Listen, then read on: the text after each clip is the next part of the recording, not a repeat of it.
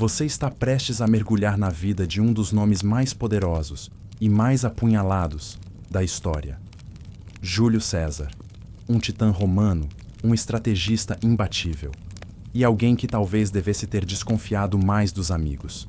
Mas antes de entrar nessa jornada de glória, ambição e traição, faz o seguinte: apaga a luz, liga o ventilador e se ajeita aí, porque hoje é você quem vai marchar com as legiões romanas, rumo ao império dos sonhos. Desde os primórdios da Roma antiga, nomes surgiram e desapareceram como grãos de areia ao vento. Alguns foram lembrados pela bravura em batalha, outros pela astúcia nos bastidores do poder. Mas entre todos, um nome sobreviveu aos séculos, com a força de um trovão eterno: Caio Júlio César. Nascido em um 13 de junho sob o calor impiedoso de Roma, César não era um menino comum. Desde cedo, demonstrava coragem, iniciativa e uma inquietude incomum. Mas sua infância teve fim precoce. Aos 16 anos, a morte de seu pai o colocou como patriarca da família. O peso da responsabilidade se abateu sobre seus ombros, mas também foi o impulso que ele precisava para ascender. Seu tio, o lendário general Caio Mário, era uma das figuras mais influentes do período. Com fama de reformador militar e um carisma que conquistava tanto soldados quanto o povo, Mário tornou-se o modelo que César buscava imitar. O jovem acompanhava seus discursos, suas vitórias e seus confrontos com fascínio, até que o império mergulhou em uma nova crise. Uma guerra civil eclodiu entre Mário e o ambicioso Lúcio Cornélio Sila, que desejava o controle absoluto da cidade eterna. No meio desse conflito devastador, César casou-se com Cornélia, filha de um aliado de seu tio.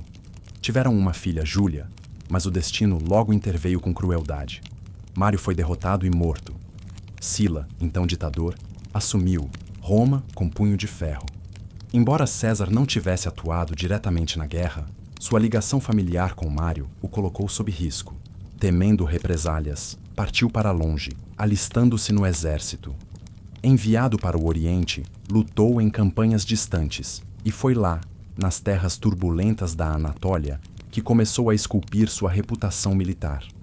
Recebeu condecorações por bravura e conquistou respeito até dos soldados mais veteranos. Com a morte de Sila, em 78 a.C., César viu a oportunidade de voltar para Roma, mas não encontrou uma casa esperando por ele. Sua herança havia sido tomada. Sua família, despojada, sem recursos, usou sua habilidade com as palavras para tornar-se advogado, vencendo processos com discursos inflamados e estratégias ousadas. Lentamente, reconquistou prestígio e influência. Em uma viagem pelo mar Egeu, a tragédia voltou a bater à porta. Piratas atacaram o navio em que César viajava.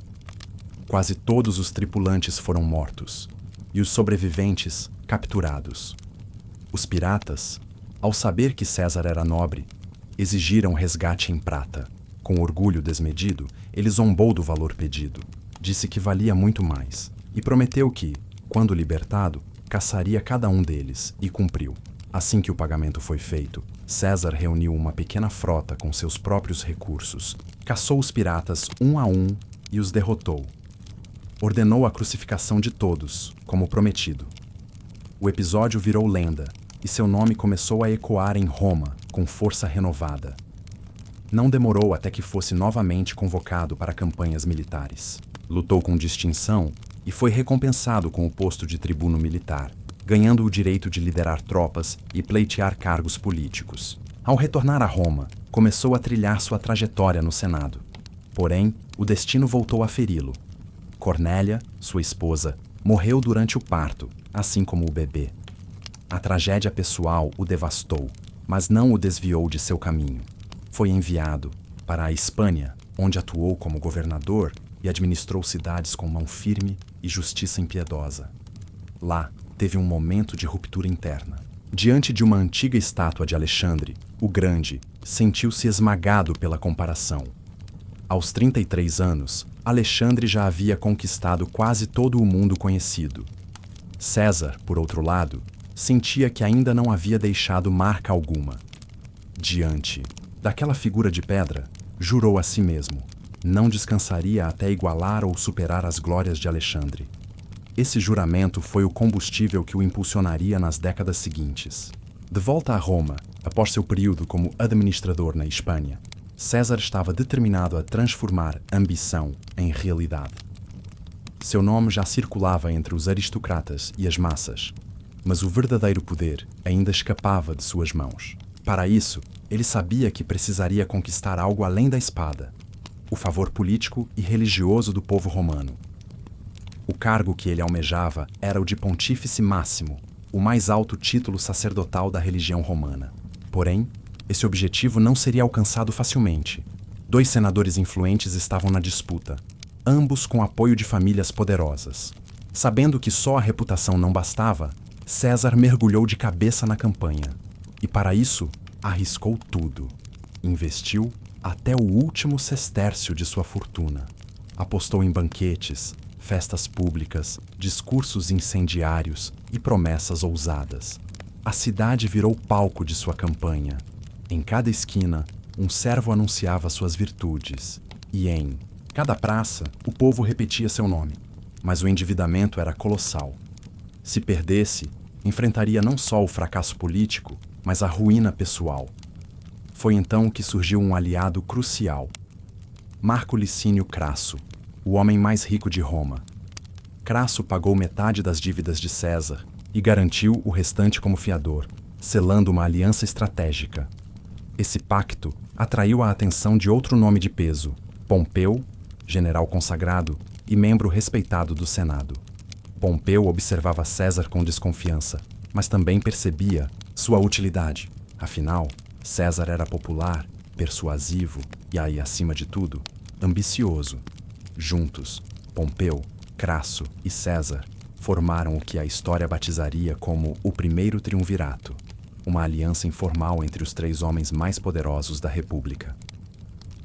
Enquanto Pompeu usava sua influência militar para garantir estabilidade nas ruas e expandir o comércio, Crasso manobrava entre finanças e interesses comerciais. Já César era o rosto visível para o povo, conquistando cada vez mais simpatia com sua retórica firme e postura carismática. Com o apoio do triunvirato, César venceu as eleições para cônsul, o mais alto cargo executivo da República. Sua chegada ao poder foi um terremoto político. O Senado, acostumado a controlar a balança do poder, viu-se ameaçado por esse homem que caminhava entre a tradição e a ruptura. Como cônsul, César podia praticamente ignorar as leis romanas e tomar decisões com autonomia quase ditatorial. Durante esse período, ele também consolidou sua vida pessoal ao casar-se com Calpurnia, mulher discreta e politicamente estratégica. Mas sua mente estava longe das questões domésticas. O que realmente o atraía era o cenário das campanhas militares, o campo onde poderia conquistar a verdadeira imortalidade. Sua oportunidade surgiu quando recebeu o comando das legiões encarregadas de proteger e expandir as fronteiras ao norte. Seu destino agora era a Gália, uma região vasta, selvagem e dividida entre inúmeras tribos celtas e germânicas. Na visão romana, era um território bárbaro e indomável.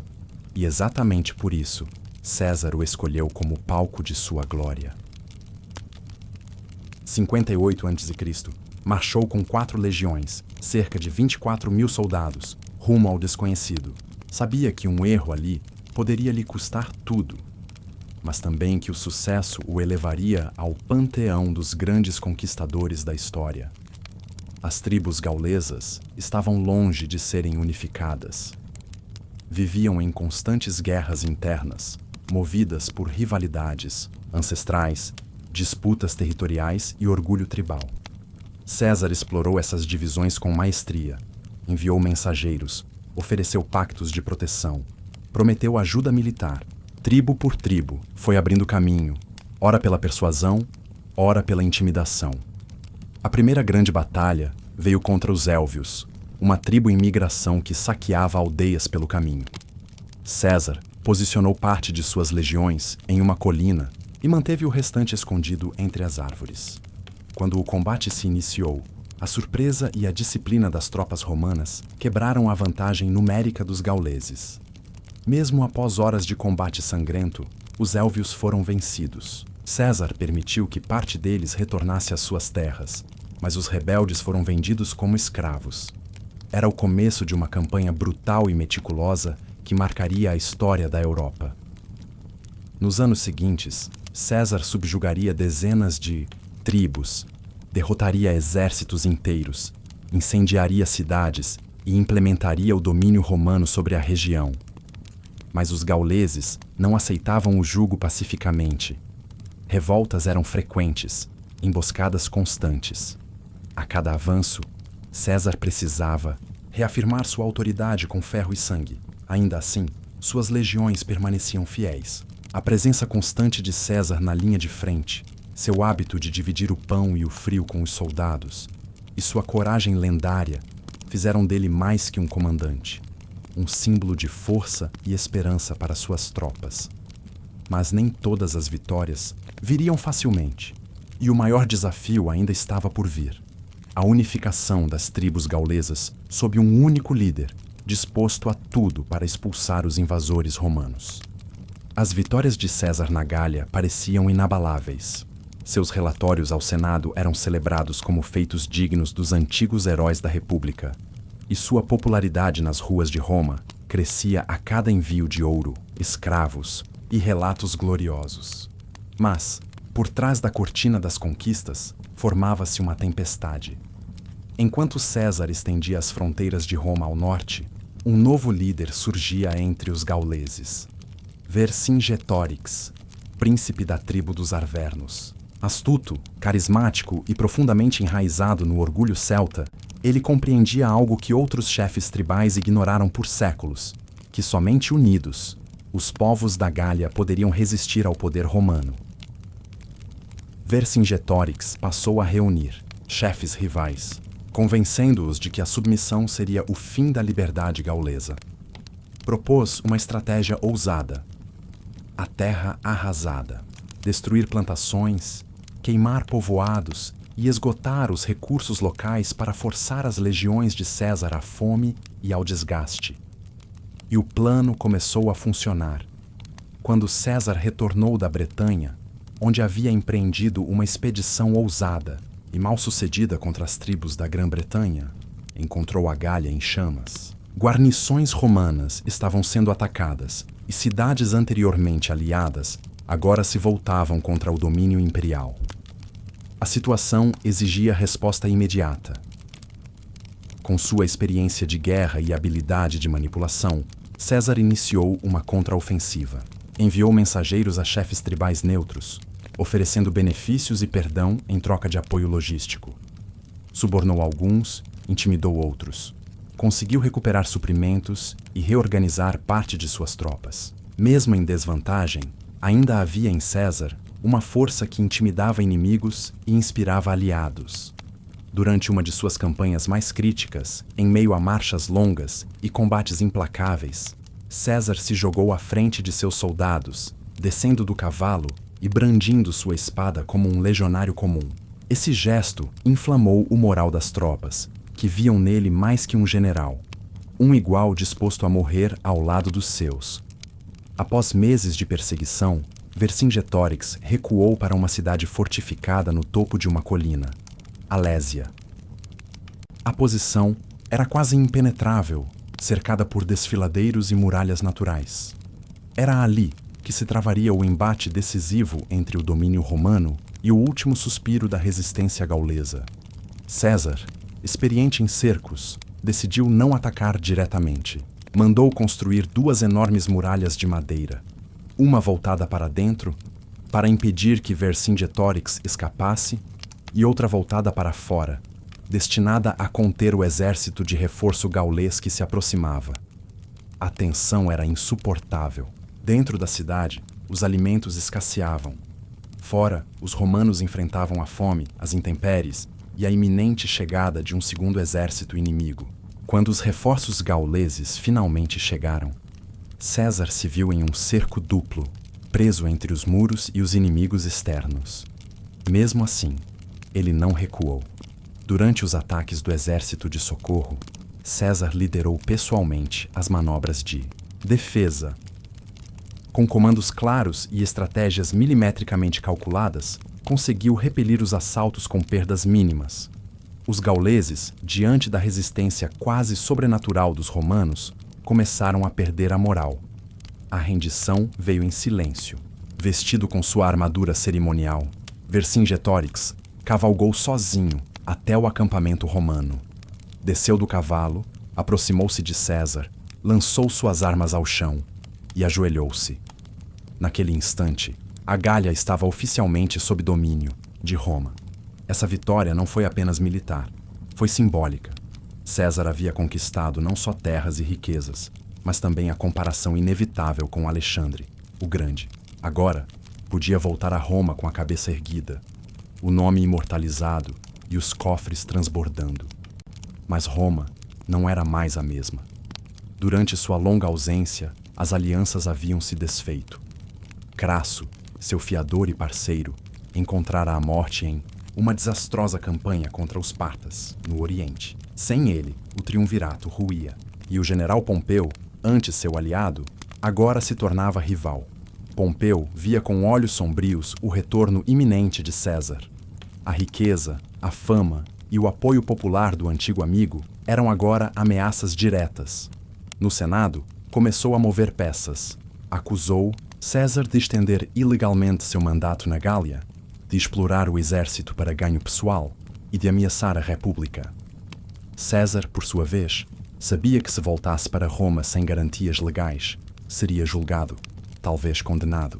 Precisava manter o comando militar, ao menos até garantir sua segurança política. Mas Pompeu exigia sua rendição. A tensão crescia como um tambor de guerra prestes a romper. Então, César tomou a decisão que mudaria o curso da história. Diante da recusa de Pompeu em negociar e da ameaça iminente de prisão, César se viu encurralado, mas não derrotado. Em seu íntimo, ele sabia: não havia mais espaço para meio termo. Ou marchava sobre Roma com suas legiões, ou entregaria tudo o que conquistara em décadas de batalhas, alianças e riscos calculados. O limite entre sua província militar e o território sob controle direto do Senado era marcado por um rio modesto, mas de grande importância. Simbólica, o Rubicão. Nenhum general romano tinha permissão para atravessá-lo com tropas armadas. Fazer isso era declarar guerra contra a República. Naquela noite silenciosa, sob céu nublado e com os passos dos soldados abafados pelo terreno úmido, César parou, diante do rio. Olhou para a corrente escura e, diante de seus oficiais mais próximos, proferiu uma das frases mais lendárias da história: "A sorte está lançada." E com isso, cruzou o Rubicão. Imediatamente, a notícia se espalhou. Júlio César havia invadido Roma. Era oficial. A Segunda Guerra Civil da República Romana havia começado. Sabendo que cada dia contava, César optou por uma estratégia ousada. Em vez de aguardar todas as suas legiões que ainda vinham da Gália, decidiu avançar com apenas uma, em marcha forçada. Seus homens, exaustos mas leais, acompanharam-no sem questionar. As demais unidades seguiriam atrás, reforçando seu avanço. Enquanto isso, Pompeu, surpreso com a velocidade do ataque, percebeu que Roma não estava pronta para resistir a uma investida como aquela. Em pânico, abandonou a capital com alguns senadores e correligionários, refugiando-se em Brundísio, no sul da Itália, de onde planejava embarcar para a Grécia e organizar suas forças. Quando César chegou aos portões de Roma, a cidade estava quase vazia. Não havia resistência, nem aplausos. O povo observava em silêncio. Alguns temiam o pior, que César se tornasse um tirano, que punisse os que o traíram. Mas ele fez o oposto. Proibiu seus soldados de pilhar ou atacar civis. Reuniu-se com representantes da cidade e fez um discurso público. Falou de sua lealdade à República, do abuso de poder por parte do Senado e garantiu proteção aos cidadãos. Era uma jogada estratégica que lhe rendeu simpatia e confiança imediata. Antes de partir novamente, deixou seu aliado mais confiável, Marco Antônio, como governador interino da capital. Sabia que precisava lidar com Pompeu antes que ele reunisse um exército capaz de desafiá-lo. César, então, partiu ao encalço de seu antigo aliado, agora rival declarado. Sabia que Pompeu tinha a vantagem logística, acesso às legiões do Oriente, aos navios e ao apoio da aristocracia tradicional. Mas César tinha algo mais poderoso: a lealdade de soldados forjados em anos de batalhas reais e uma mente estratégica como poucas vistas na história. Durante meses, perseguiu Pompeu pelo sul da Itália, cruzando regiões perigosas e capturando cidades menores. Pompeu, por sua vez, conseguiu escapar por mar e chegar à Grécia, onde rapidamente começou a reunir tropas vindas de todas as províncias fiéis ao Senado. Para enfrentá-lo fora da Itália, César precisava atravessar o mar Adriático, mas as condições eram precárias. Os navios eram poucos, e as patrulhas navais de Pompeu controlavam as rotas. Mesmo assim, ele decidiu agir. Em uma travessia noturna ousada, atravessou com parte de suas forças, desembarcando nas costas da Macedônia. Logo, encontrou resistência. As forças de Pompeu eram maiores, mais bem abastecidas e posicionadas estrategicamente. César enfrentou escassez de suprimentos e atraso na chegada das legiões restantes. Durante esse período crítico, seus homens passaram fome, acamparam em terrenos inóspitos e enfrentaram o inverno sob condições brutais. Ainda assim, ele jamais recuou. Finalmente, quando reforços chegaram, César partiu para o confronto decisivo. Os dois exércitos se encontraram em Farsalos, em 48 a.C. Pompeu confiava em sua vantagem numérica, em sua cavalaria superior e na moral elevada de seu exército. César, porém, contava com a experiência e disciplina de seus veteranos, soldados que o seguiriam até o fim do mundo. Durante a batalha, César surpreendeu ao esconder uma linha de infantaria atrás de suas tropas principais. Quando a cavalaria de Pompeu avançou confiando na vitória, essa segunda linha rompeu a formação inimiga e virou o combate. Em poucas horas, a força superior de Pompeu foi esmagada. Pompeu fugiu do campo, humilhado. Sem rumo, buscou refúgio no Egito, esperando a acolhida de um reino ainda aliado de Roma. Mas ali encontrou apenas traição. Temendo a ira de César, os conselheiros do jovem rei egípcio Ptolomeu XIII mandaram assassinar Pompeu ao chegar à costa.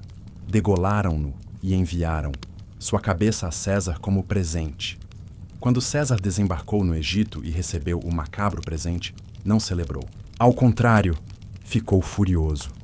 Pompeu havia sido seu genro, seu parceiro, um dos homens mais poderosos de Roma. Embora inimigos, César jamais quis sua morte daquela forma. Mandou executar os assassinos e assumiu o controle temporário da corte egípcia. Foi durante esse período que conheceu Cleópatra VII, irmã de Ptolomeu e legítima pretendente ao trono. Envolvidos tanto política quanto romanticamente, César apoiou a ascensão de Cleópatra, derrotou as forças do irmão dela e ajudou a consolidar seu governo. Juntos tiveram um filho, Ptolemeu César, chamado carinhosamente de Cesarião. Mesmo envolto em assuntos egípcios, César sabia que Roma ainda estava longe da paz. Restavam inimigos no norte da África e na Espanha, apoiadores de Pompeu e senadores que não aceitavam sua autoridade. Mas agora não havia mais dúvida. Ele era o homem mais poderoso do mundo romano. De volta ao mundo romano, após sua permanência estratégica e romântica no Egito, Júlio César estava mais forte do que nunca. Não apenas pela vitória militar sobre Pompeu, ou pelo prestígio crescente com o povo de Roma, mas por ter provado, uma vez mais, que nenhum obstáculo era grande demais para sua ambição. Mas ele sabia que a guerra ainda não havia terminado. Na África, dois dos mais influentes aliados de Pompeu ainda reuniam forças: Catão, o jovem, símbolo da resistência republicana, e Metelo Cipião, general experiente. Juntos, preparavam uma nova ofensiva para restaurar o poder do Senado e derrubar César. Era mais uma frente de batalha, e ele não hesitou. César organizou uma campanha relâmpago contra a coalizão africana. Mesmo enfrentando condições adversas e exércitos bem abastecidos, suas táticas continuaram infalíveis. Em 46 a.C., venceu a decisiva Batalha de Tapso, onde esmagou os últimos vestígios da oposição senatorial na África. O fim do conflito levou muitos inimigos ao suicídio, entre eles o estoico Catão, que preferiu a morte a aceitar o domínio de César. Para o povo romano, era o símbolo final de uma virada de era. A república, como se conhecia, não mais existia. César era agora o centro do poder, embora, oficialmente, ainda mantivesse uma fachada institucional.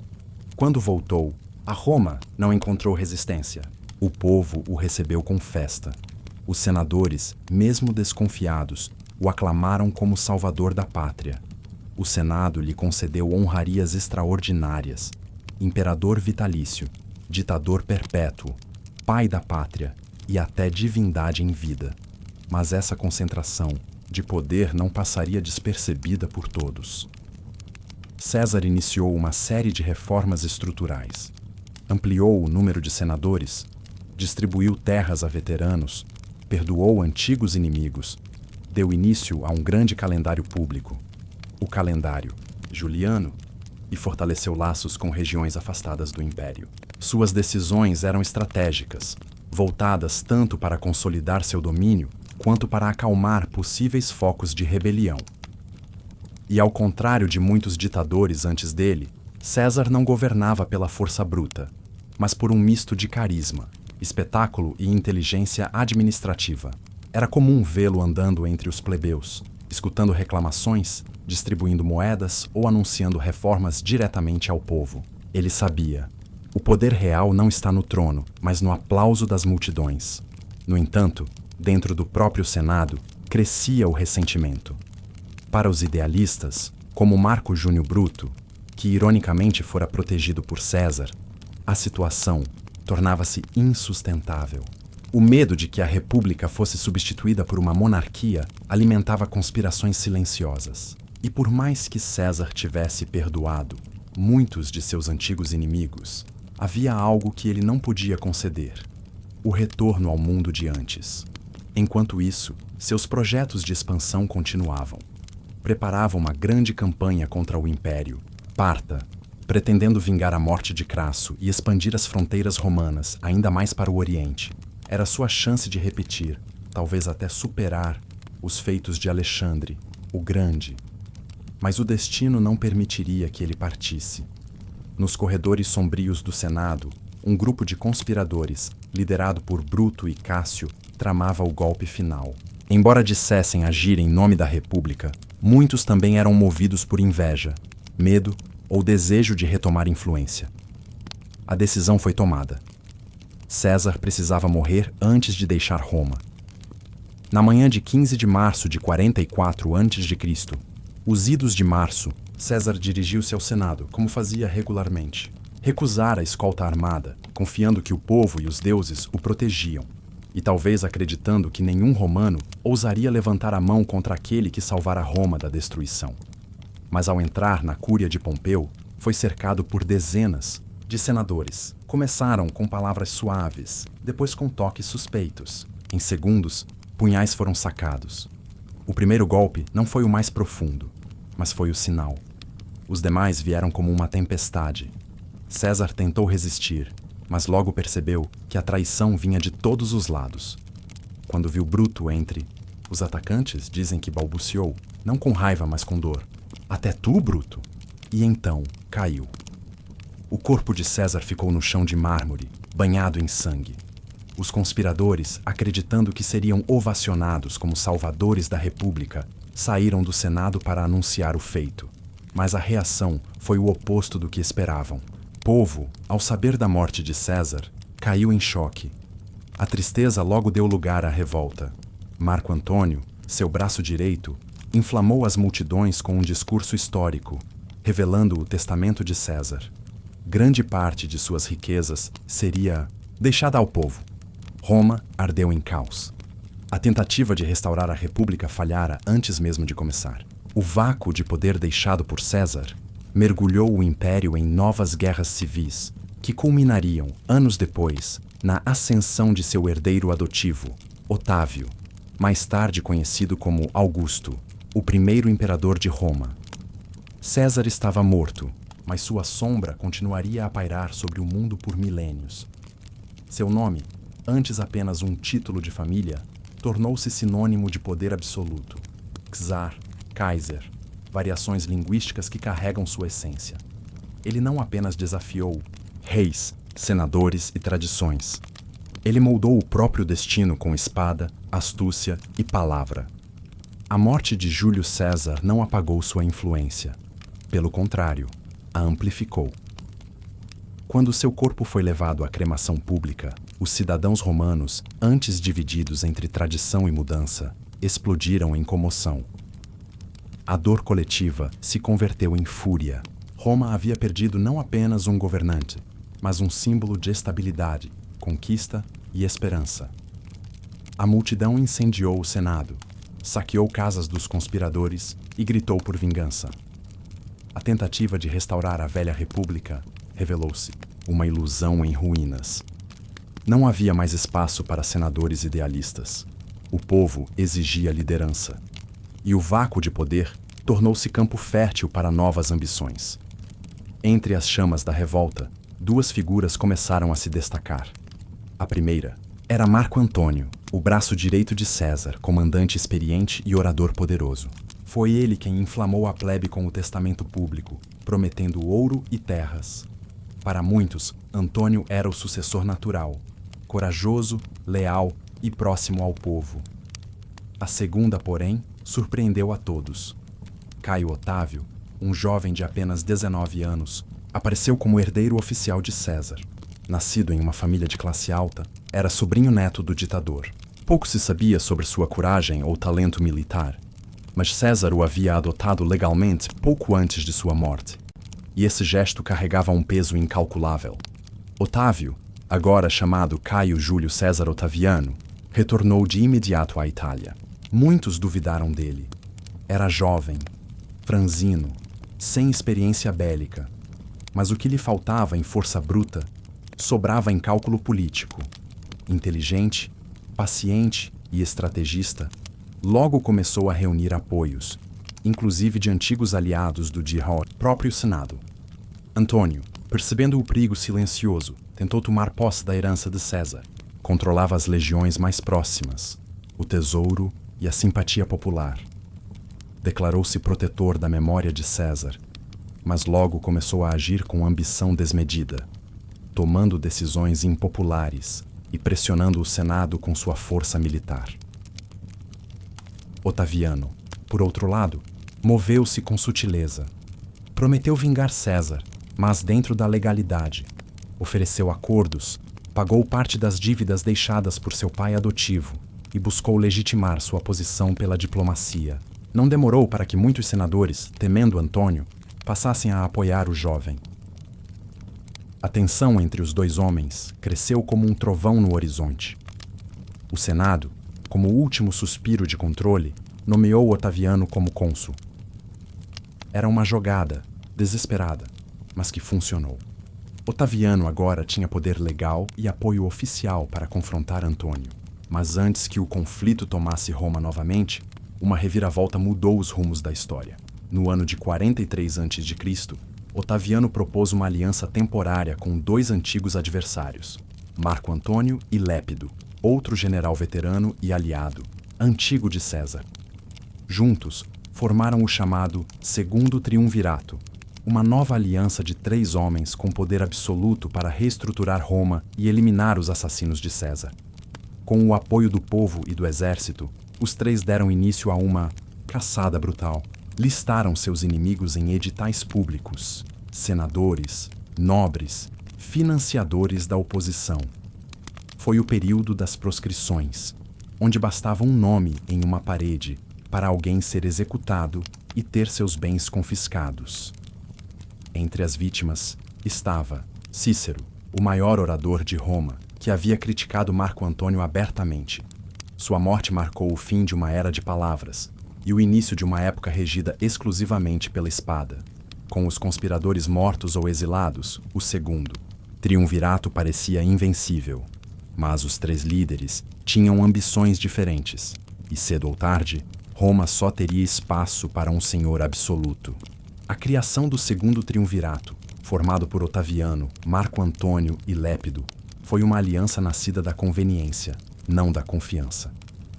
Cada um dos três homens conhecia bem os outros dois, e todos sabiam que aquilo não duraria para sempre. O primeiro a ser afastado discretamente foi Lépido, o menos carismático do grupo. Após a vitória militar contra os conspiradores do assassinato de César, Lépido tentou assumir o controle da África, mas foi rapidamente neutralizado por Otaviano. Deixado vivo, foi exilado politicamente. Ainda teria o título de pontífice máximo, mas sem poder real. Restavam apenas 2 titãs na arena. De um lado, Marco Antônio, veterano de guerras, homem apaixonado, general temido, herói popular, agora envolvido em um romance cada vez mais público com Cleópatra, a rainha do Egito. De outro, Otaviano, jovem calculista, político nato, herdeiro do nome de César e estrategista frio como mármore.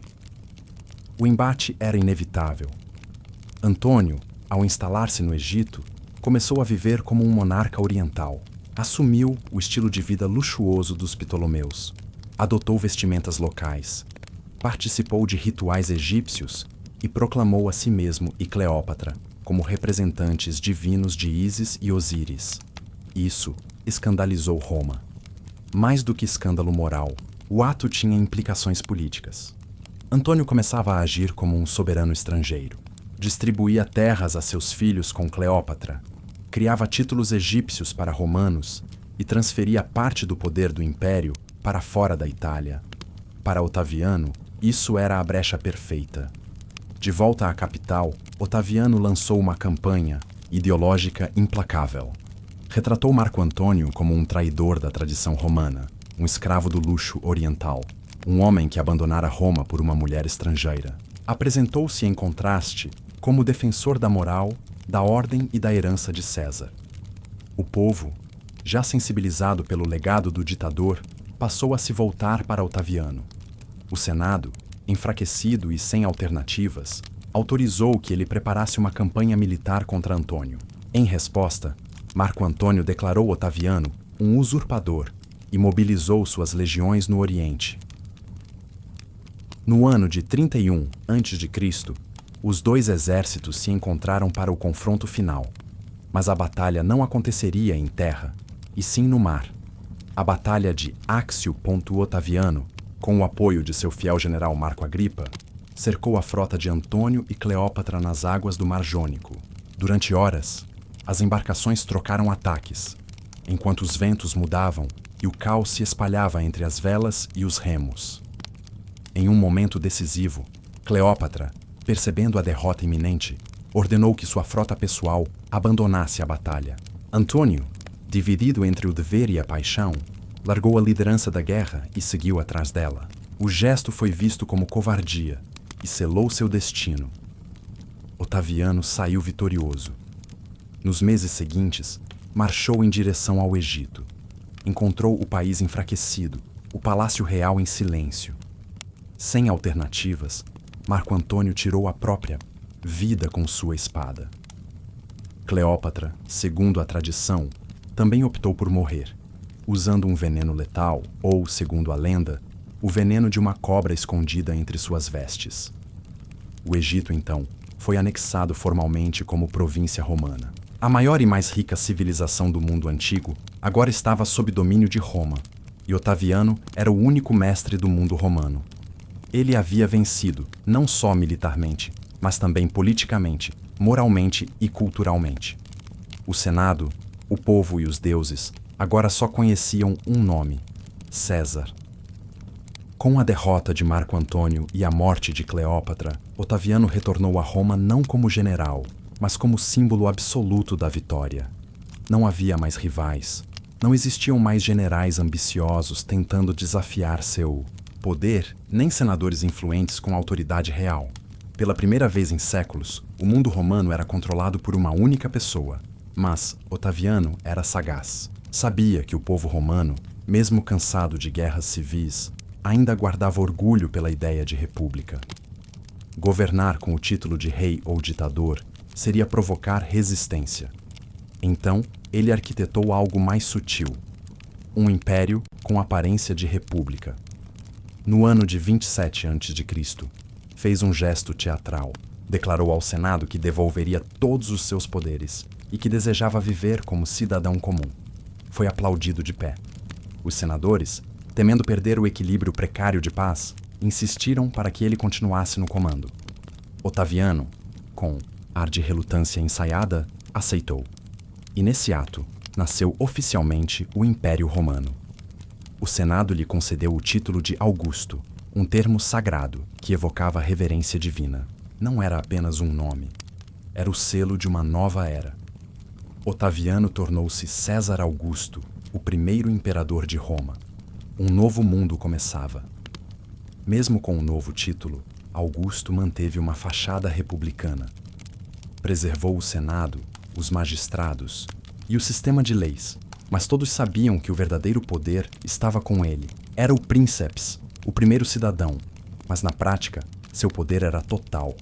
Ele reformou as instituições, criou uma guarda pessoal, a Guarda Pretoriana, e reorganizou as províncias, dividindo-as entre as que estavam sob controle direto do Senado e as que estavam sob sua supervisão. Estas últimas, é claro, continham a maioria das legiões.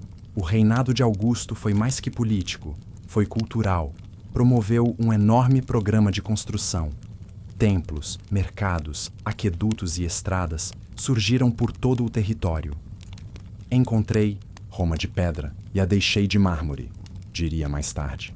Sua figura foi imortalizada em estátuas e moedas. Poetas como Virgílio e Horácio cantaram suas virtudes. A Pax Romana havia começado, mas Augusto não esqueceu de César. Durante seu governo, incentivou o culto à memória de seu pai adotivo. Erigiu templos em sua honra, associou-o a Vênus, a deusa mãe dos romanos, e reforçou a ideia de que César fora elevado aos céus como uma divindade. Isso não só legitimava seu próprio poder, como criava uma linhagem sagrada para os futuros imperadores. E essa era sua grande visão, que Roma não fosse mais uma república instável de políticos rivais, mas um império unificado sob uma dinastia legítima. Mesmo sendo um estrategista impiedoso, Augusto soube se mostrar como um pacificador. Governou por mais de 4 décadas, mantendo Roma estável, expandindo suas fronteiras e construindo um império que, mesmo séculos após sua morte, ainda seria o centro do mundo conhecido. Mas como todo mortal, ele também sentia o peso da herança que carregava. Em muitas madrugadas, Augusto ainda revia mentalmente o dia em que recebeu o testamento de César, as palavras que herdara, os homens que precisara destruir e os sacrifícios que fizera para manter a promessa feita à memória de seu pai adotivo. Entre as paredes douradas de seus palácios, havia um retrato solene de Júlio César, o homem que o mundo não esqueceu. Augusto, o primeiro imperador, era o legado vivo daquele que havia rompido o Rubicão. Júlio César continuava governando Roma, não em corpo, mas em símbolo, em memória, em poder. Seu nome, antes uma assinatura pessoal, havia se tornado um dos maiores títulos do mundo. César não era mais apenas o homem, era o trono. Durante o longo e meticuloso reinado de Augusto, o nome de César foi elevado à condição divina. Monumentos foram erigidos, ritos foram estabelecidos em sua honra, e seu cometa, aquele que riscou os céus dias após seu funeral, passou a ser interpretado como o sinal de sua ascensão aos deuses. Roma não apenas havia matado seu líder, mas agora o adorava como divindade. E isso não era apenas simbólico, era política. Cada imperador que viria depois buscaria legitimar seu domínio através da associação com César. O título César passou a ser atribuído ao herdeiro do trono, e os mais poderosos imperadores, de Tibério a Trajano, de Nero a Constantino, carregaram esse nome como se fosse uma armadura sagrada. No Oriente, séculos depois, o termo evoluiria para Kaiser, no alemão, e Czar no russo. O impacto cultural, linguístico e simbólico de Júlio César atravessaria reinos, impérios e religiões. Mas como exatamente um homem alcançou esse grau de imortalidade? A resposta não está apenas em suas vitórias militares ou suas estratégias políticas. mas na sua habilidade de fundir ação e imagem. César não apenas venceu, ele contou suas próprias vitórias.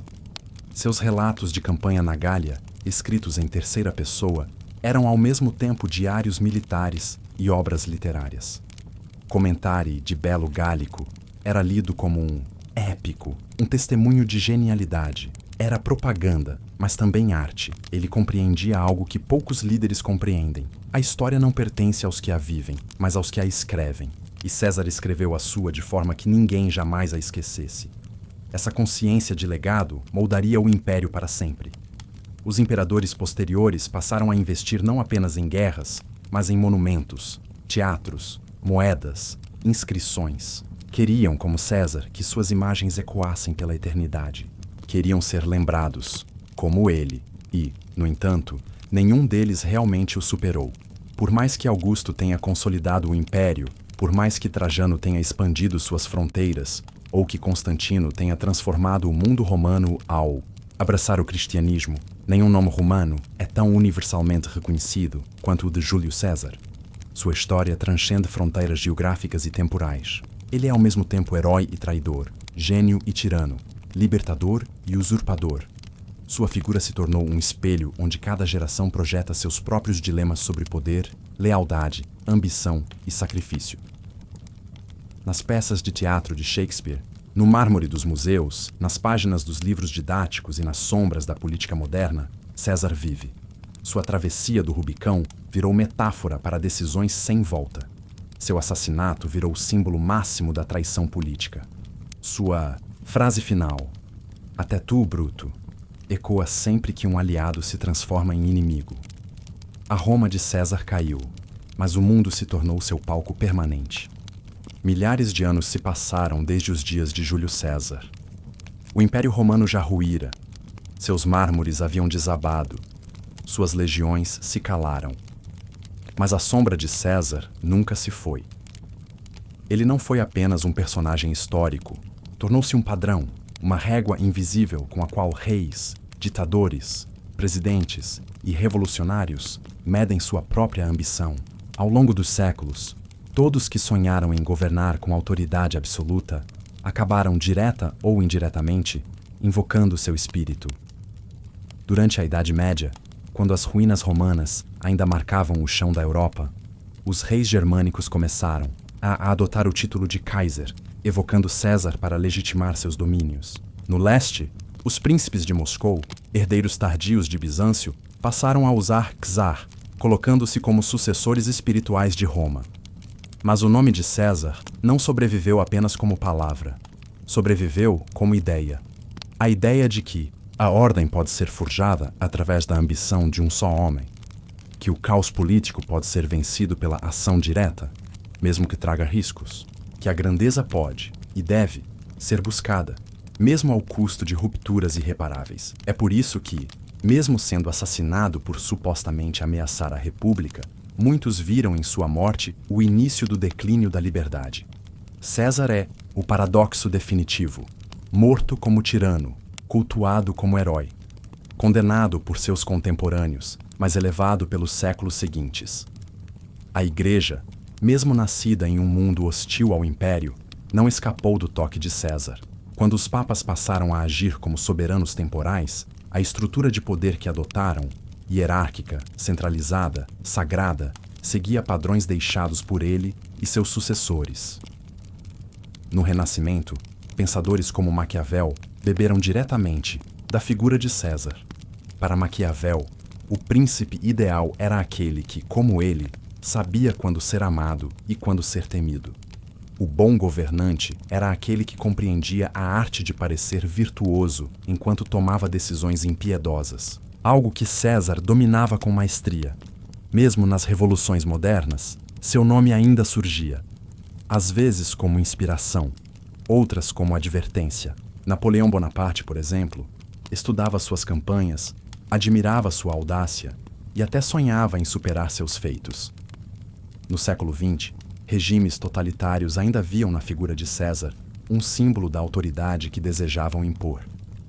E no imaginário popular, o legado continuava. Filmes, romances, peças teatrais e até videogames reconstruíram sua vida de 1000 formas.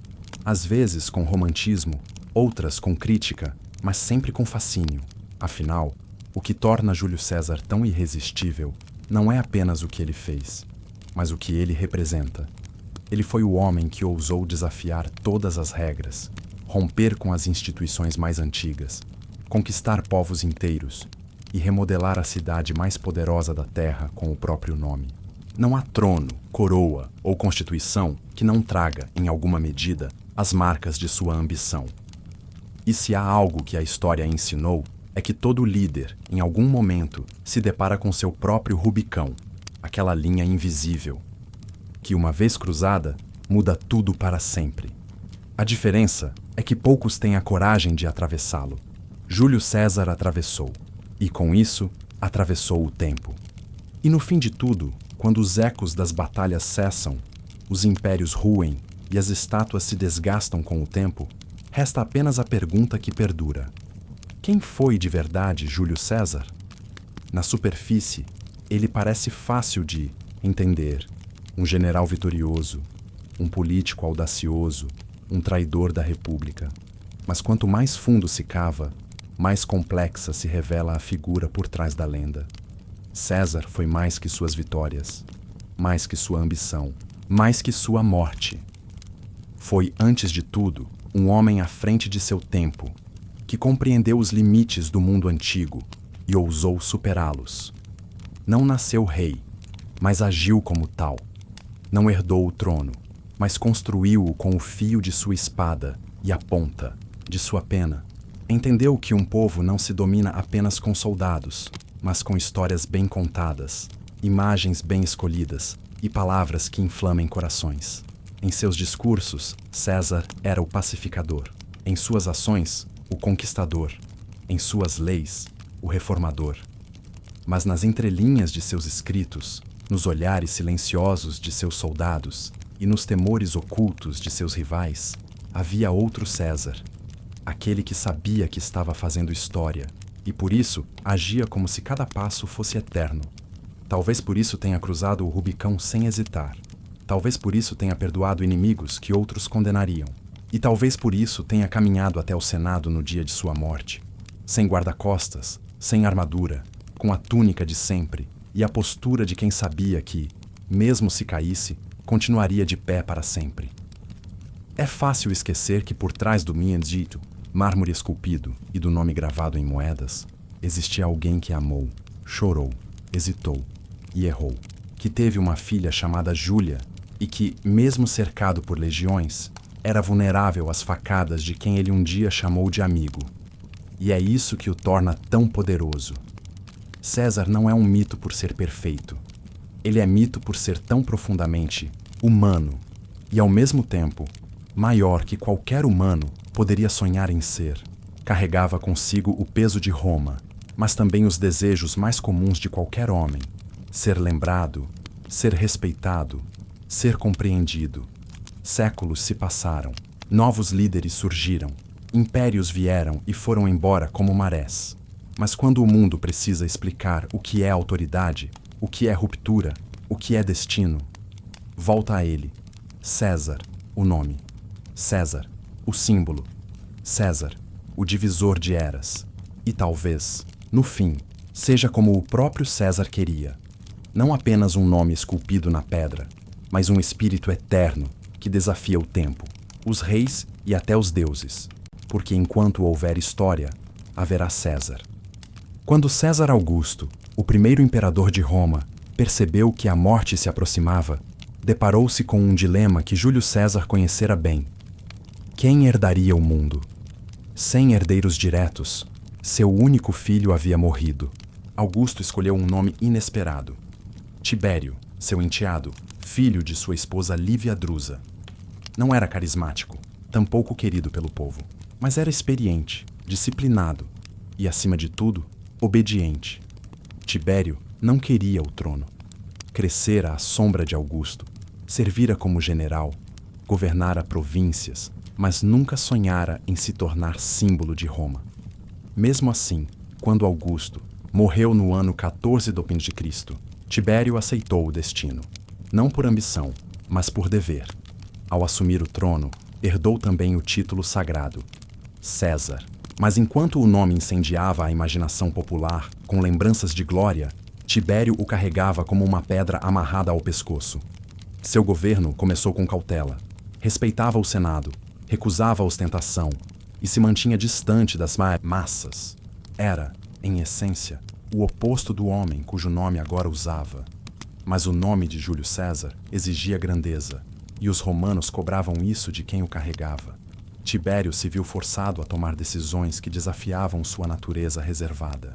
Teve que punir traidores, sufocar rebeliões, lidar com a popularidade explosiva de Germânico, seu sobrinho e general brilhante, que o povo via como o novo César.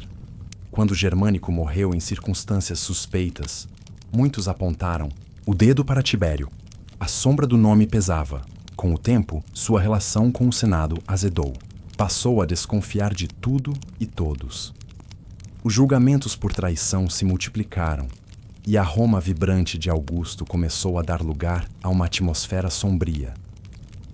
O César agora parecia um monarca frio, isolado, paranoico. No fim da vida, retirou-se para a ilha de Capri, longe dos olhos do povo. Lá, envolto em boatos de decadência moral e política, governava por cartas, enquanto Roma era administrada por seus confidentes, como Sejano, um oficial ambicioso que tentou usurpar o poder.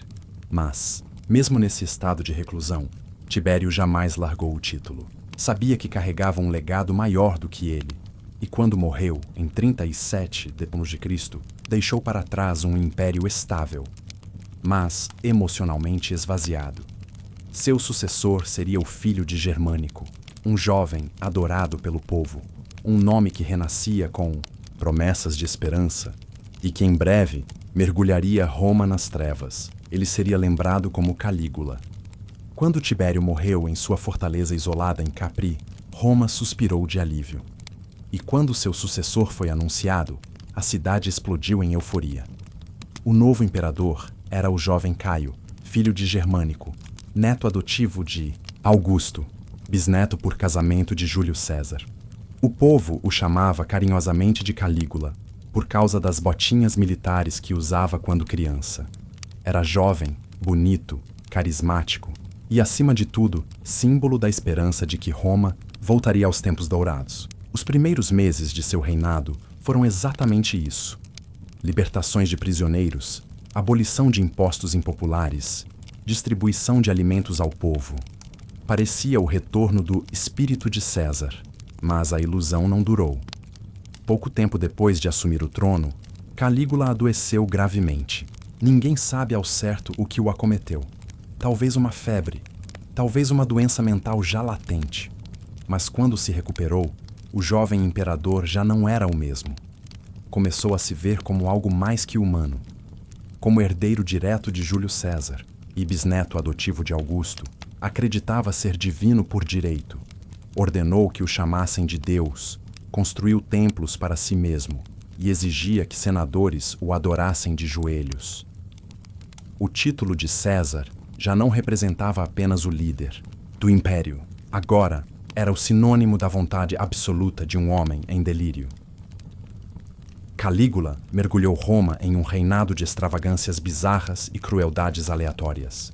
Organizava banquetes em meio à fome, ria durante execuções e, segundo algumas fontes, planejava nomear seu cavalo Incitatus como cônsul, para humilhar o Senado. E ainda assim, ele acreditava estar honrando o nome de Júlio César.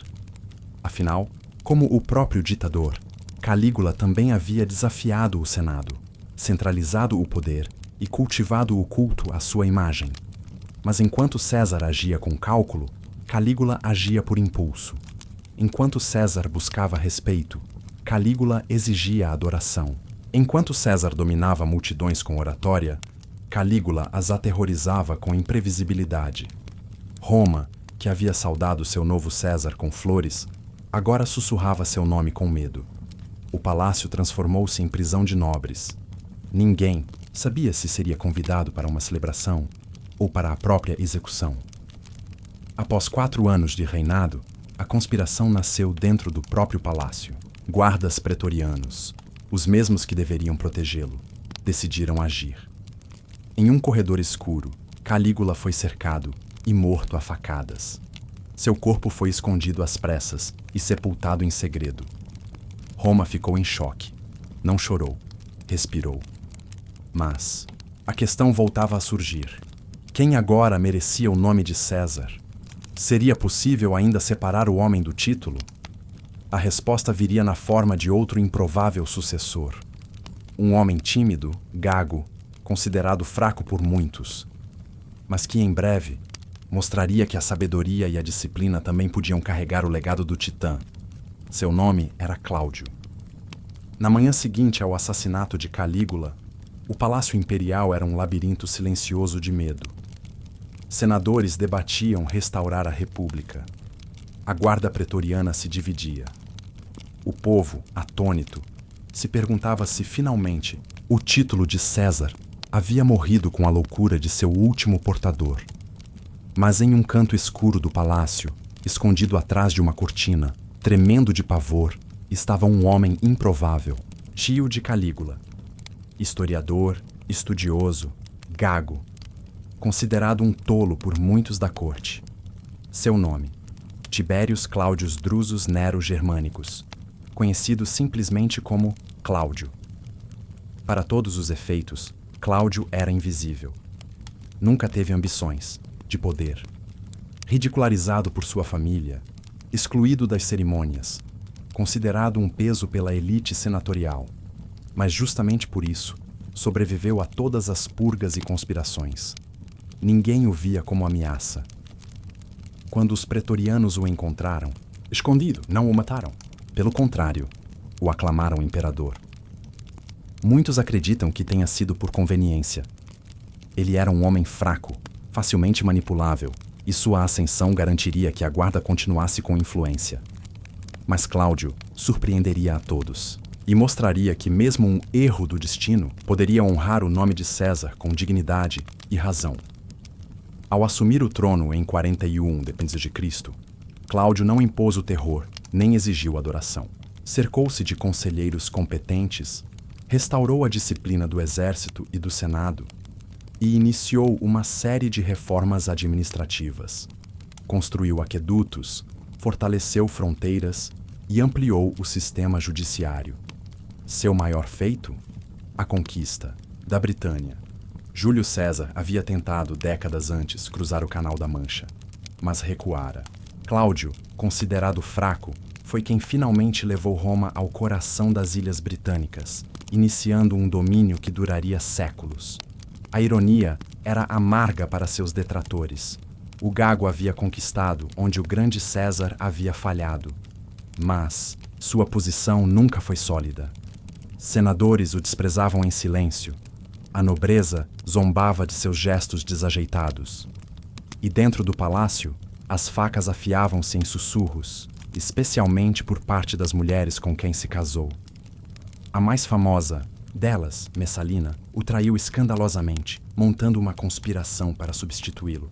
Ao descobrir, Cláudio ordenou sua execução. Mas o dano emocional foi profundo.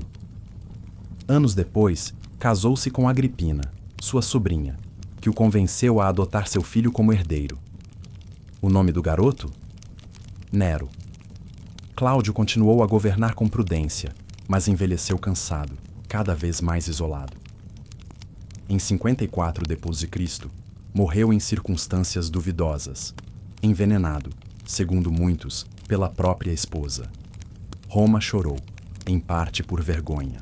O homem que todos riram se tornara um dos imperadores mais eficientes desde Augusto, e sua morte abriu caminho para um novo governante, jovem, sedutor, amado pelo povo e portador do nome César. Mas o que viria a seguir seria mais uma tragédia do que uma continuação. O novo imperador era Nero, e sua ascensão reacenderia os pesadelos que Calígula deixara para trás. Com o suicídio de Nero, o nome de César estava vivo, mas o trono estava vazio. Pela primeira vez, desde Augusto, Roma não tinha herdeiro legítimo. Não havia plano de sucessão, nem aliança sólida entre o exército e o Senado. A estrutura que Júlio César ajudara a criar, Augusto consolidara e que Nero profanara, estava à beira do colapso. Foi então que o caos se instaurou. O ano era 69 d.C., e ele entraria para a história como o ano dos 4 imperadores.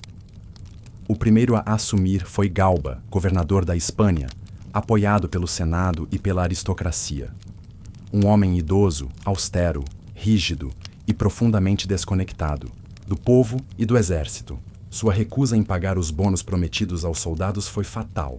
Em menos de 7 meses, foi assassinado pela guarda pretoriana, que jurava protegê-lo. No mesmo dia, outro homem foi proclamado César. Otão, rival político de Galba e conspirador nato. Jovem, ambicioso e popular entre os pretorianos, parecia ter potencial. Mas seu reinado durou apenas 3 meses. Um novo general marchava sobre Roma, Vitélio, proclamado imperador pelas legiões da Germânia. Otão tentou resistir, mas ao perceber a derrota inevitável, tirou a própria vida em um gesto raro de honra política. Sua morte, embora silenciosa, contrastava com o espetáculo grotesco da guerra civil que se desenrolava. Vitélio entrou em Roma como vitorioso. Festas, banquetes, promessas. Mas logo mostrou-se indigno do título que agora carregava.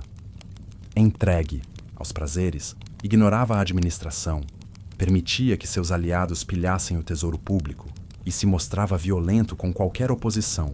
Enquanto isso, no Oriente, um quarto nome surgia: Vespasiano, general veterano, responsável pela repressão à revolta judaica. Seus soldados o proclamaram imperador, e ele, com a paciência de um comandante endurecido pela realidade, começou a marchar em direção a Roma. O conflito entre Vitélio e Vespasiano não foi apenas uma guerra de legiões. Era o confronto entre a decadência do nome de César e a tentativa de restaurar seu significado. No final do ano, Vitélio foi capturado, arrastado pelas ruas de Roma, torturado e executado. Sua morte foi brutal, mas simbolicamente necessária. O império rejeitava a farsa e buscava novamente a substância. Vespasiano entrou na cidade com passos firmes. Não era herdeiro de Júlio César, nem da linhagem de Augusto, mas era algo que Roma precisava desesperadamente. Um homem sério, disciplinado e prático. Assim, terminava o ano mais caótico do Império Romano. Em apenas 12 meses, 4 homens haviam carregado o título de César, e 3 deles haviam caído com violência, desonra ou desprezo. O nome de César havia sido barateado, esvaziado, usado como escudo por oportunistas. Mas com Vespasiano, surgia a esperança de que aquele nome voltasse a significar algo mais que poder. Responsabilidade, estabilidade e, talvez, redenção. Quando Vespasiano entrou em Roma, o caos ainda pairava no ar como poeira não assentada. Ruas danificadas, cofres vazios, soldados desconfiados, um senado exausto. E, acima de tudo, um povo que havia perdido a fé no título, de César. Mas Vespasiano não era homem de promessas teatrais, nem de gestos grandiosos. Era um soldado de origem humilde, criado longe dos palácios e intrigas de Roma. Sua fama vinha de campanhas duras, decisões práticas e uma aversão quase cômica à ostentação. Um imperador que dormia cedo, andava com roupas simples e fazia piadas secas sobre sua própria morte iminente. Ai de mim, acho que estou me tornando um deus. E foi exatamente isso que Roma precisava. Logo em seus primeiros atos como imperador, Vespasiano restaurou o funcionamento das instituições públicas, reforçou as fronteiras e estabilizou a moeda. Mas seu projeto mais simbólico e duradouro seria arquitetado em pedra e sangue: o Coliseu. Erguido no coração de Roma, sobre as ruínas do palácio megalomaníaco de Nero, o Coliseu representava a devolução do império ao povo. Um presente de pedra, entretenimento e pão. O novo César não se colocava acima dos romanos, mas ao lado deles. Seu reinado foi marcado por modéstia, mas também firmeza. Reprimiu revoltas sem hesitação, incluindo a destruição brutal de Jerusalém, que havia se rebelado contra o domínio romano. Essa campanha, no entanto, não foi comandada por ele, mas por seu filho, Tito, o sucessor designado. Quando Vespasiano morreu em 79 d.C., deixou para trás mais que um império em ordem. Deixou uma dinastia legítima e respeitada, a Flaviana. Seu filho Tito assumiu o trono com o apoio da elite e do povo. Era carismático, corajoso, generoso e, diferente de muitos outros herdeiros, realmente amava Roma. Tito, embora marcado pelo trauma da campanha na Judéia, esforçou-se por governar com clemência. Suas maiores provações viriam não da guerra, mas da natureza. Em seu curto reinado, Roma enfrentaria a erupção do Vesúvio, que destruiu Pompeia e Herculano, e um incêndio devastador que consumiu boa parte da cidade. A reação de Tito a essas tragédias foi imediata e humana. Ajudou vítimas, distribuiu recursos, consolou famílias. Sua imagem tornou-se a de um imperador piedoso, tanto que, ao morrer repentinamente 2 anos depois, aos 41 anos, o povo chorou sinceramente sua perda. Roma teve muitos Césares antes e depois dele, mas Tito foi um dos poucos a morrer amado. Dinastia Flaviana continuaria com seu irmão, Domiciano, que tentaria imitar Júlio César, mas à sua maneira, obscura e inflexível. Por ora, sob Vespasiano e Tito, o império havia redescoberto o que era carregar o nome de César com honra, não como máscara, nem como espetáculo, mas como símbolo de responsabilidade diante da história. Com a morte precoce de Tito, o trono passou para seu irmão mais novo, Domiciano, o último imperador da dinastia Flaviana. Ao contrário do irmão carismático e do pai austero, Domiciano era reservado, rígido, inteligente e profundamente desconfiado. Desde cedo, sentira-se desprezado. Nunca foi o favorito do povo nem da elite. Crescera à sombra dos homens que construíram sua dinastia. Mas agora, no comando de Roma, ele carregava o mesmo título que todos, antes dele, o título que remontava a Júlio César. E Domiciano não queria apenas governar, queria ser lembrado.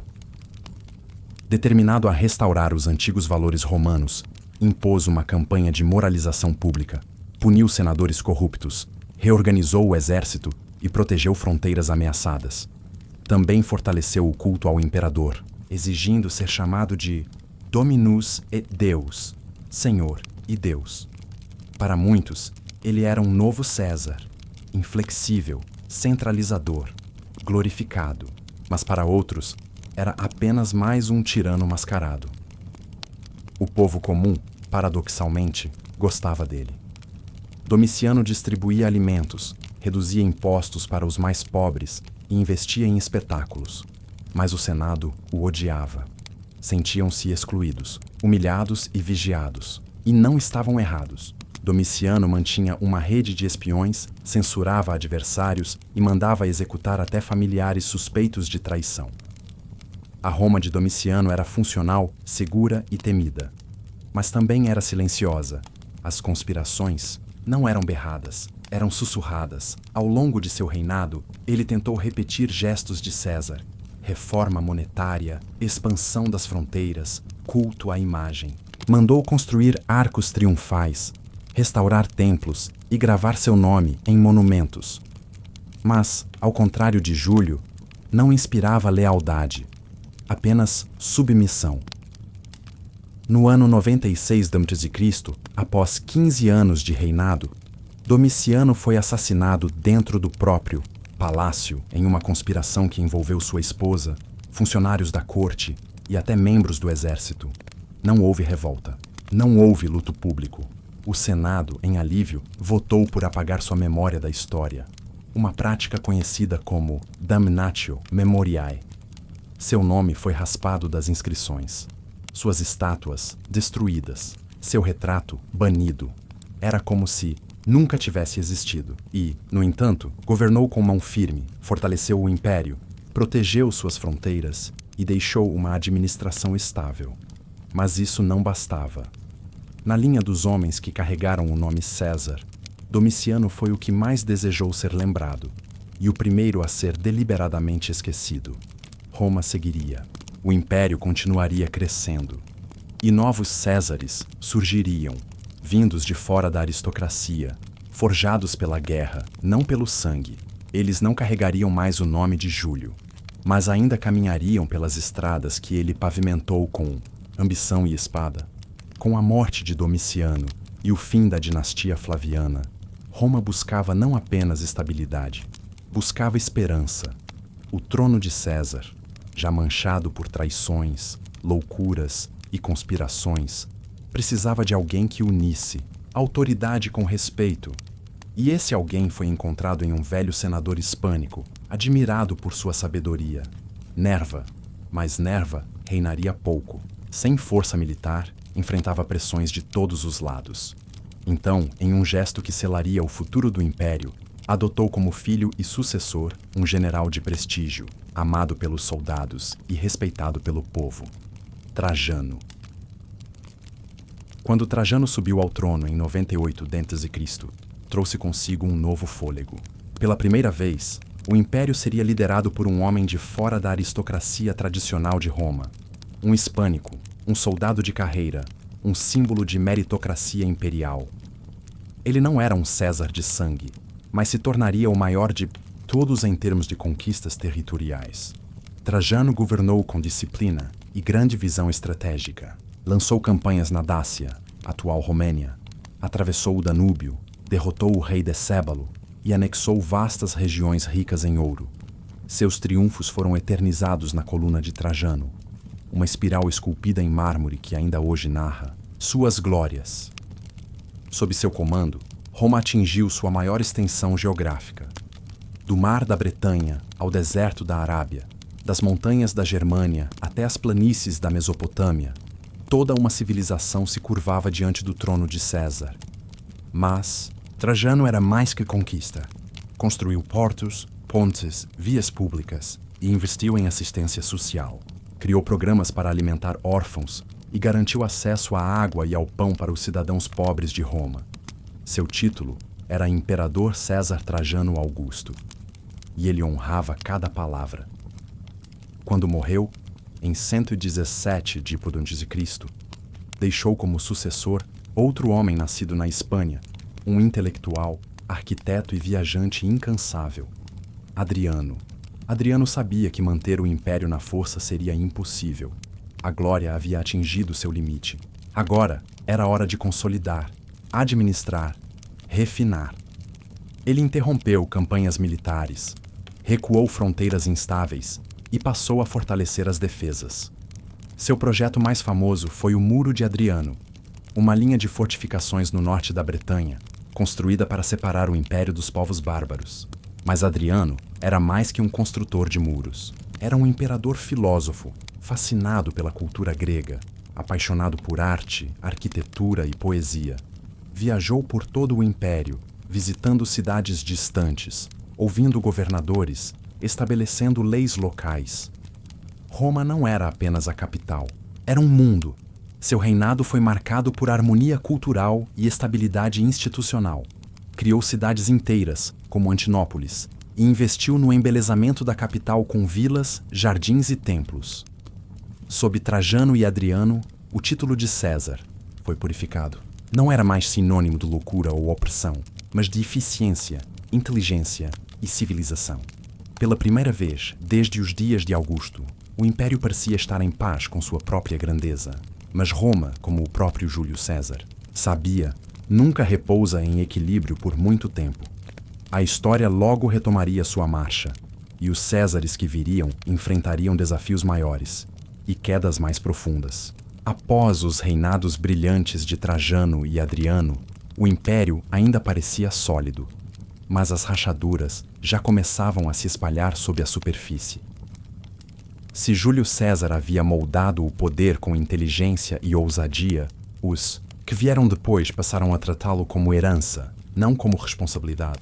E nos séculos seguintes, Roma seria governada por homens que carregavam o nome de César. mas não seu espírito. O primeiro sinal de decadência viria com Cômodo, filho de Marco Aurélio. Diferente do pai filósofo, Cômodo era vaidoso, instável e fascinado por glórias vazias. Lutava no Coliseu, não como general, mas como gladiador. Mandava esculpir estátuas suas como Hércules e dizia ser a reencarnação de César e do deus Apolo. Seu governo foi um reinado de espetáculo e brutalidade, encerrado com seu assassinato dentro do próprio palácio. Após ele, o trono virou prêmio de guerra. Generais, pretorianos e até guardas pessoais passaram a coroar e depor imperadores. Era o tempo dos Césares do caos. Dezenas de imperadores em poucas décadas, muitos dos quais reinavam por meses, ou até semanas, antes de serem eliminados. O nome de César, outrora título máximo da civilização, virou uma peça no tabuleiro das legiões. Ser proclamado imperador era assinar um contrato com a morte, e ainda assim, Roma resistia. A economia enfraquecia, as fronteiras eram pressionadas, o exército exigia mais e entregava menos. Tribos germânicas, persas e revoltas internas ameaçavam todos os lados. O império estava muito grande para ser gerido e muito dividido para ser unificado por um único homem, mesmo que se chamasse César. Foi nesse cenário que surgiu um novo reformador, Diocleciano. Assumindo o trono em 284 d.C., ele compreendeu que o modelo centralizado herdado de Júlio César não funcionava mais. Decidiu então dividir o império em 4 partes, criando a tetrarquia. 2 Augustos, 2 Césares, um império fragmentado, mas funcional. A decisão foi radical. O nome César agora era oficialmente o título de um vice-imperador, um aprendiz de Augusto, à espera da ascensão total. O símbolo de poder absoluto havia sido rebaixado a um degrau. Era o fim de um ciclo. O nome de Júlio César, que já significara conquista, glória, loucura, sabedoria e divindade, agora era apenas parte de uma burocracia imperial. O império sobreviveria por mais um século no Ocidente e por quase 1000 anos no Oriente, mas o espírito original, a centelha que atravessou o Rubicão, essa já estava muito distante.